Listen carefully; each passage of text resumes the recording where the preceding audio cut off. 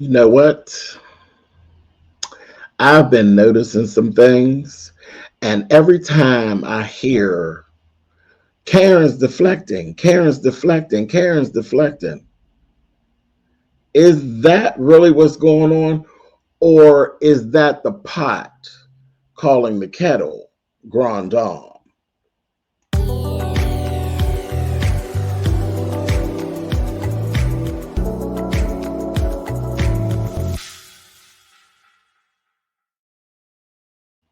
Hey guys, thanks so much for clicking on the video. Listen, this is my review for Real Housewives of Potomac, season 9, episode 7. And as I said, it's the pot calling the kettle grand dame. And it's more or less, it's Giselle. Giselle, I've noticed that's like become your favorite tagline. That's your favorite go-to. Karen is deflecting. Karen, you're deflecting. And it's all in all your confessionals. Karen's deflecting, Karen's deflecting. Is it that Karen is actually deflecting about what it is that she has going on? Or has she told you all 35 times since the season started, I can't talk about it. It's an open case. I can't talk about it. I don't wish to talk about it. I'm not going to say anything until after I actually go to court. Once my court date comes up, I'll go ahead. You see how aggravating that is? Do you see how aggravating that is? Let's do a little bit more. I can't speak about it right now.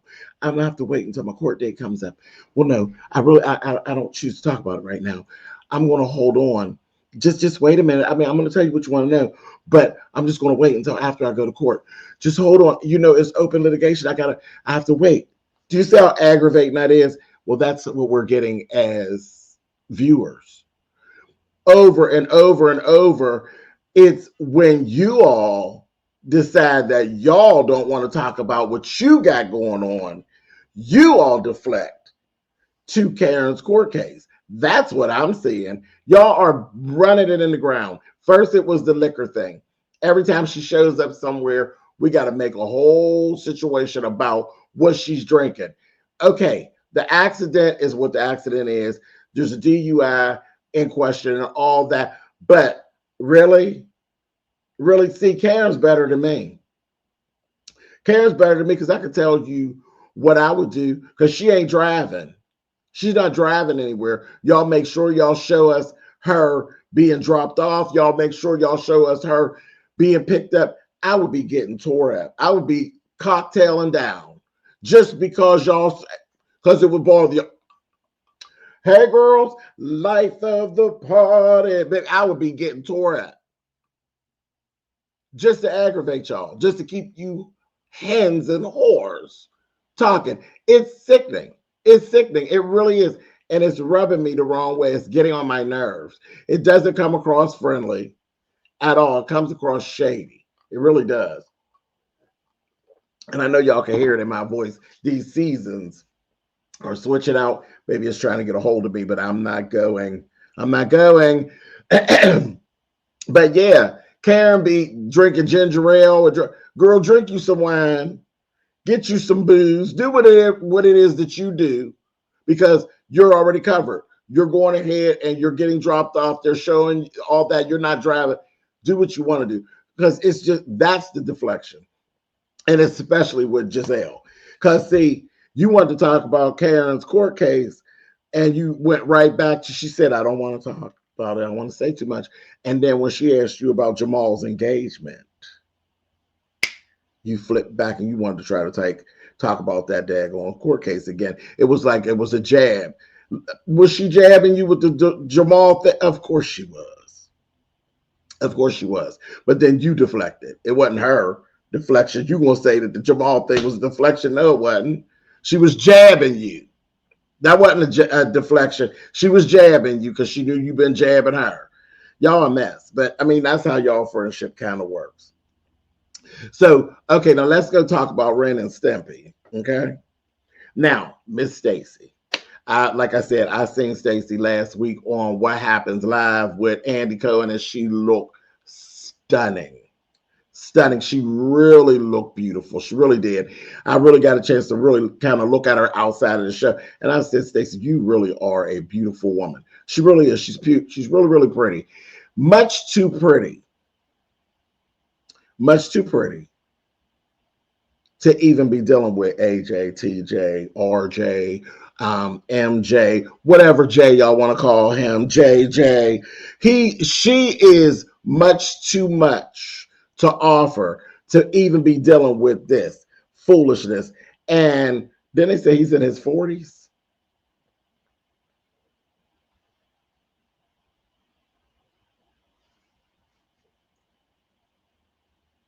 I looked in see, I can't even get his name right. TJ, DJ, whatever the hell that fool's name is.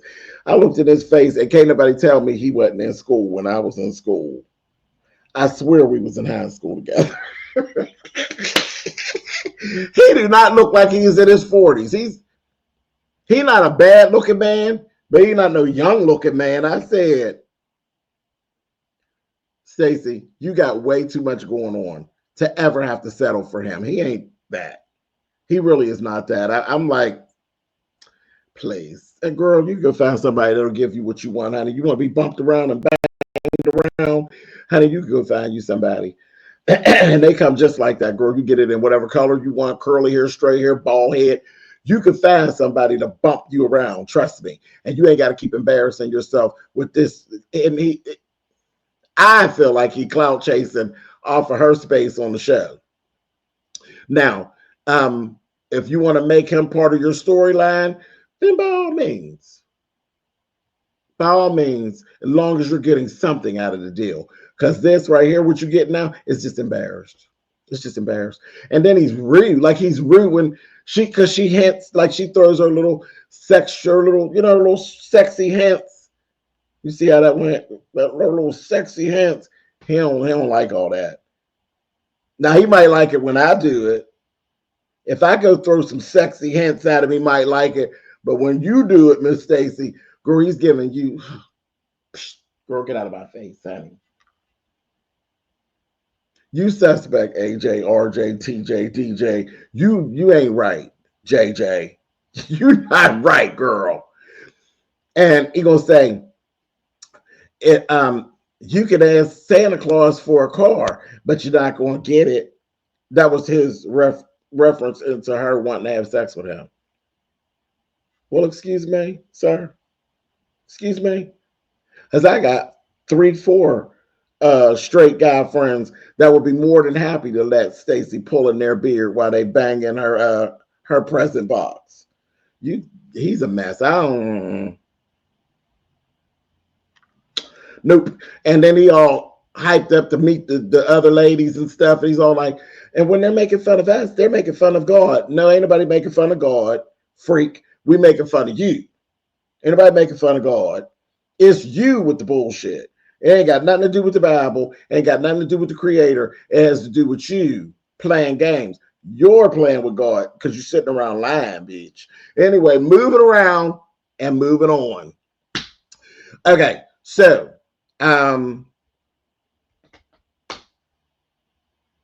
Wendy had a graduation little dinner for her kids because her oldest boy just went to middle school and her baby girl is going on from kindergarten. She's going to go on to the first grade.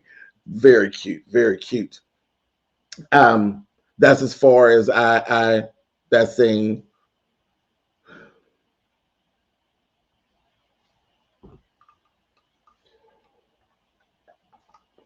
See, I try so hard.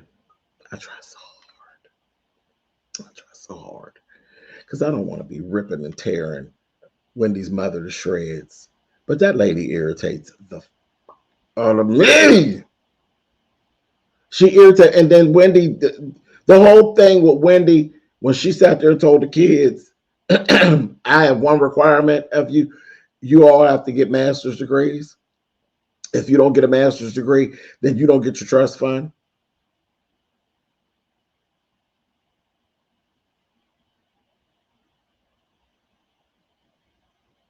I don't do so well with people picking routes for children when it comes to higher education. And I'm not going to go break all the way off into it. If you want to know why that is, you go read my book, honey. Boys Like Me, and you'll see the head bang that me and my mother had about people picking career paths and schooling paths for their children. Her and that trust fund, girl, ask my mother how it worked out for her. Psh, moving right along. So I ain't like that. That just kind of rubbed me. I guess you could say it triggered me. People love to use that word. Triggered. I ain't triggered. I just didn't like it. I've moved on past that. I'm a whole grown man doing what I want to do. But I guess you could say, for all intents and purposes, that triggered me. I didn't like that. I hated it when Wendy's mother was doing it to her. So, Wendy, remember how you felt when your mother was telling you about your career path? Girl, think about it. Anyway, moving on. But I try not to be ragging on Wendy's mother because it's her mother. I don't want to tear her mother to shreds, but I could literally tear her to shreds. She's just so extra. She's so extra. And it's not, Mama Joyce, Candy Burris' mother, is extra, but we enjoy watching Mama Joyce. And there's times when we would be evil with Mama Joyce. Oh my God. We would be so evil with Mama Joyce and some of the choices that she made. But at the end of the day, Mama Joyce made good TV. Mama Joyce funny as hell. And then when you add them other two sisters in, you got reality TV gold. Wendy's mother ain't funny. She not funny. Wendy's mama not funny. Wendy's mama is like grating your hands across a cheese grater just until the skin just falls all off. She's not funny. She's irritating. She's so goddamn arrogant, and that whole everything is about me. I'm just looking at her like, wow. Some things are better left unsaid. Now, I ain't gonna lie to you. My mother is spoiled rotten. Spoiled rotten.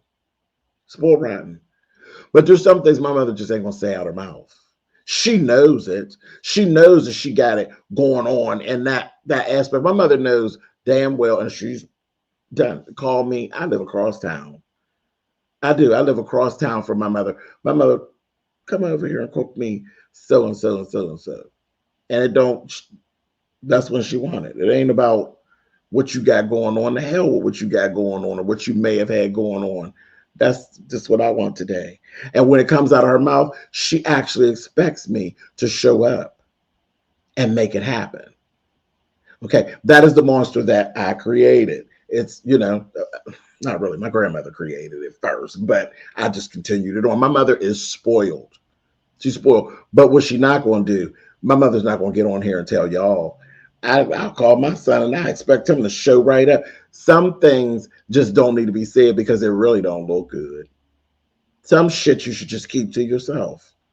Because that's really, it's a lot to really expect somebody to drop everything for something frivolous, like you want fried chicken. But it is what it is. If she says she wants fried chicken and she wants it right now, 9 times out of 10, usually 10 out of 10, I'm gonna drop what I'm doing. I'm gonna go fry my mama some chicken. That's just the way it is. And I see that with Wendy's mother, but Wendy's mother is jumping on TV and she's giving that attitude like, how dare anybody not? It just, some things just don't sound good. It could be understood between you and them. You ain't got to tell us. It don't look good to us. You're irritating us. That whole thing.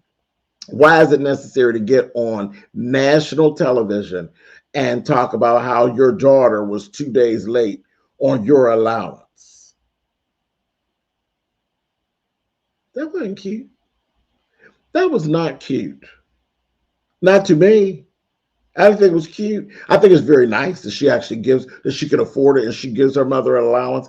I think that's very cute. I love it.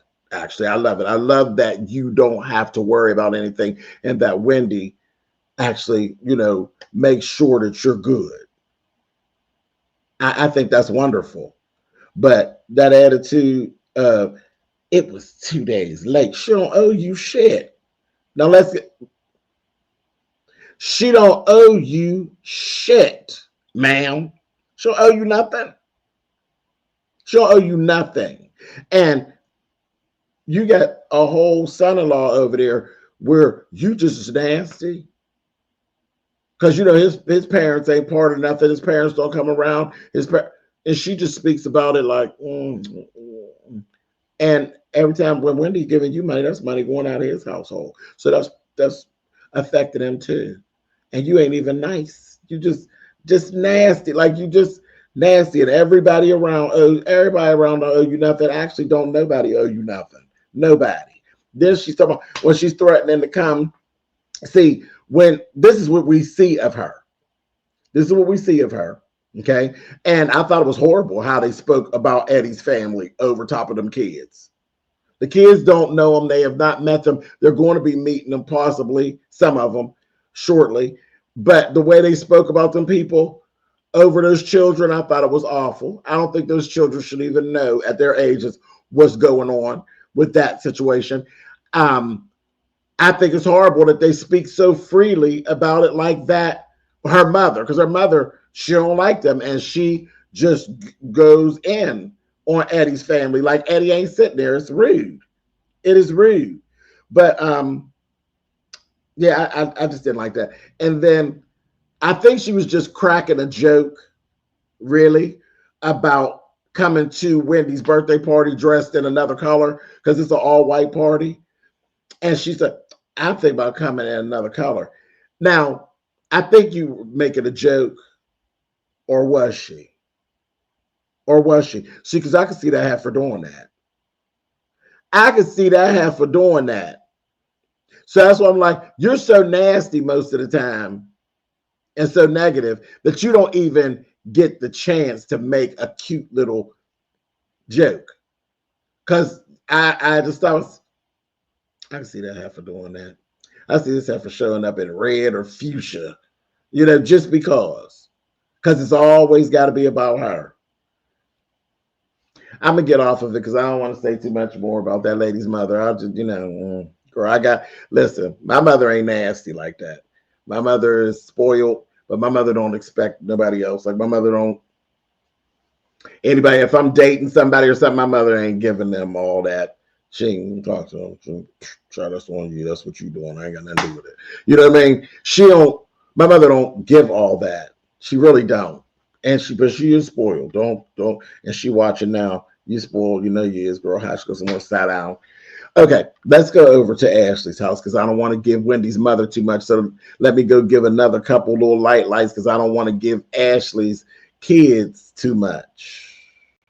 But I'm sick of seeing their asses on counters. They are too big. Okay. Now we talked about it when they were young. They're not young anymore. They're not toddlers anymore. Those are little boys. They're walking around in the house barefoot. Okay. So now you got their barefoot ass up on that counter while you preparing drinks and food and stuff. And they sitting up on the counter. That ain't cute. That's nasty. I wouldn't eat shit at your house. Nothing. I don't want a glass of water out of this mother. Asses and feet on counters. Little boys are filthy. They're filthy. They play in dirt. And they're not little kids anymore. It's cute when you got a little toddler. Oh, look at them. That ain't no toddler. Them are kids. Them are little boys. They walk right to the door like you walk to the door and open the door for your mother to come in and then walked on back to the kitchen. Would you get your old big ass up on the counter with your feet? But knowing you probably would. You probably would. Like I said, I wouldn't eat nothing over your house. Let me go on. And then playing all in the food. Playing all in the food. You making smoothies.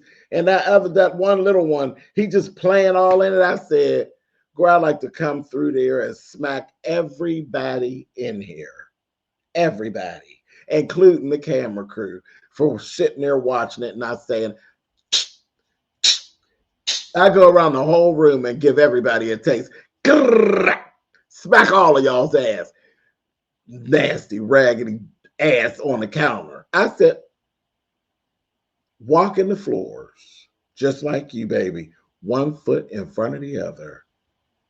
1 step, 2 step, ka-chow, ka-chow. Walk it all over the house and then get your ass up on the counter. Feet and all.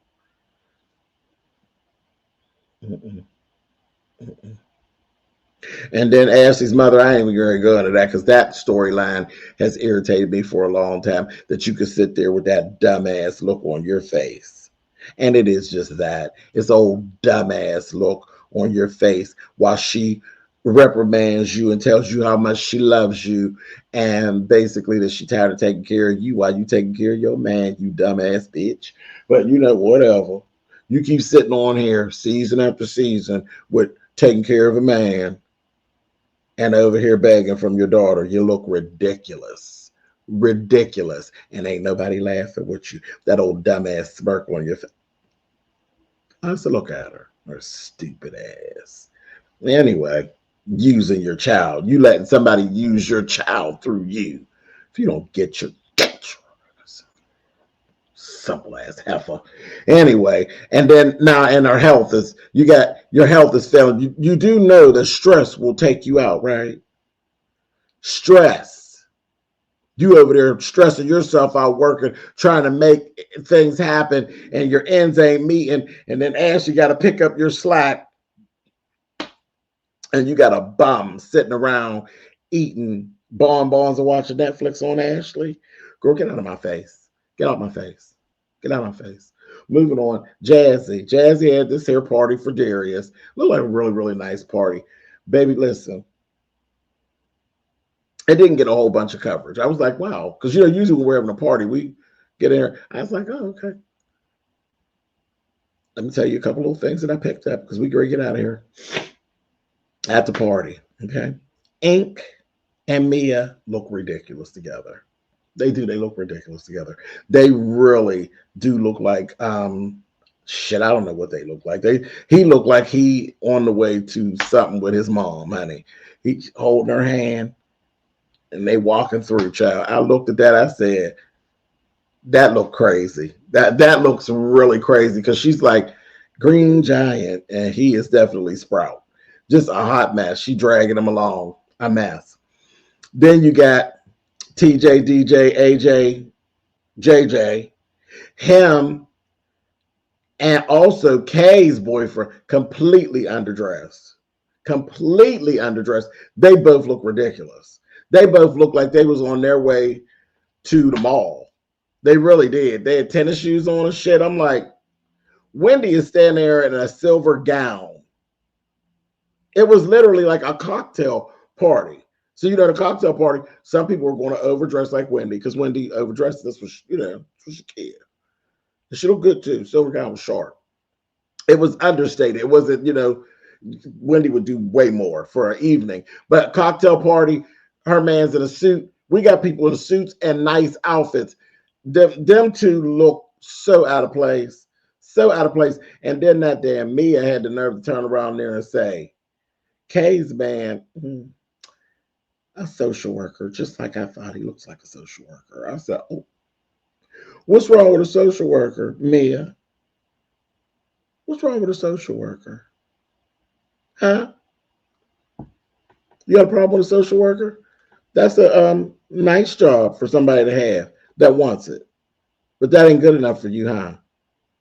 Ain't good enough for you, Miss Mia?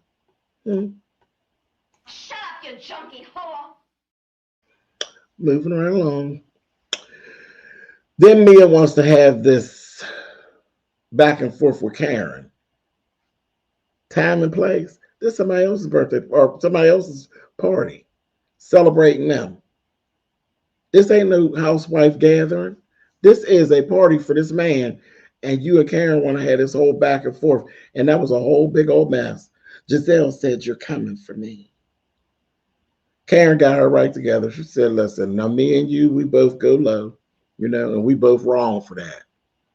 But I'm letting you know, bitch, if you go low with me, I'm going to go low with you again, bitch. See, that's why I don't do the apology thing. I ain't even with it. Anybody like, especially if I'm on here on the internet and I end up in a tongue wrestle with you and we got spar verbally. Okay, I mean, we may actually find common ground and move on, but I don't need your apology because whenever you go and get wrong again, I'm gonna light your ass up again, and I don't want to go through. But I don't care about your apology, and there's no leeway. See, somebody else might be able to just slip something through, but if I already had verbally sparred with you before, as soon as it looked like you throwing shade, I'm gonna take your head off. So that's why I don't play apologies. I don't. Mm-mm. After we done had to have it out, baby, we had it out, and I'll be waiting for you. It's not as soon as you do something, baby. Because most people are repeat offenders. So I'll be waiting and I'll be ready. Anyway, moving right along. So that was it. And then they didn't, I said, wow. And that was all the coverage we really got from the party. I said, oh, okay. Nice party though. Cool. Okay. So then we had Karen sit with her cousin David. And I'm not going to linger in this too much. I felt so bad for him because he was actually on the phone with Karen when everything happened. He heard the crash. When I say, because when he started like going into tears, I was like, this man crying. And I said, oh my gosh, can you imagine? That's one of those things. He'll never be able to unhear that. So yeah, I'm like, oh, poor David. Um, yeah, I'm sorry about that, David. I don't, I don't have nothing funny to say or nothing sideways to say. I can't even imagine being on the phone with one of my family members and hear them have an accident. You will never unhear that. Thank God that she didn't get hurt, like really seriously hurt. Thank God, because again, that those sounds and things will be with him forever, and she's still here. Can you imagine if something happened, like really happened? He will never unhear that. So I'm sorry about that, David. I'm gonna move on along away from that because that bothered me a little bit. I was like, oh wow, poor thing. Anyway, so let's go on over here to these clowns' house over at Gordon, Mia, and Ink. Mia, you've been lying this whole time. You have been lying this whole time. This whole season, you've been lying because you've been telling us and all these things about how you and G and Ink is good. And like G, you leading us to believe G is on board. G ain't on board with this shit. He don't like it at all. You've been lying as usual. As usual. Lying. He ain't with this shit at all. Gordon is not on board whatsoever. And you trying to put it to us now, and then you try to put it, he's crazy. And I've been dealing with his mental issues for 11 years. And okay, so now it's exposed that he ain't on board with the bullshit. Now all of a sudden is he's crazy and this, that. Well, he been crazy. And then the abortion, and then two episodes where you stepped out on him with Ink and all of this. I'm like, girl, your lies is coming crashing in episode 7 in your face. That's the best. And the one thing I heard Gordon say, I'm not promoting y'all's relationship. Well, you really are because you're on the show. Okay. But you need the money. And I understand that. So you playing your part. You're acting, but I know you really hurt for real. Your feelings is really hurt because you look crazy. You really do. They made an ass out of you, Gordon. And one thing about being an ass, when you an ass when you young, that's one thing. But an old ass, don't nobody want an old ass. Mm-mm. Don't want an old ass. What are you talking about? Oh, simple and stupid.